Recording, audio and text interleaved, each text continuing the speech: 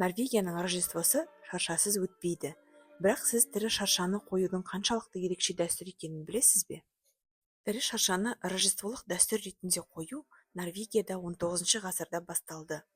Бұл дәстүр Германиядан келгенімен, норвегиялықтар оны ерекше жылылықпен қабылдады. Норвегиялықтардың пікірінше, тірі шарша табиғат пен мерекенің байланысын бейнелейді. Ол Рождество мерекесінің басты символы болып саналады. Норвегиялықтар шарша таңдау ісіне ерекше жауапкершілікпен қарайды. Әдетте шаршалар жергілікті ормандардан немесе арнайы фермалардан алынады.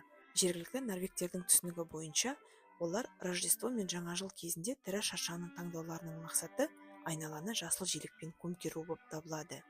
Себебі жергілікті бау-бақша өсіретін фермерлер бір шаршаны кессе, орнына 10 шарша егуге міндетті екендіктерін білетіндіктен, сол норвегтер жасыл желекті көбейту үшін мереке кезінде тірі шаршаны таңдайды.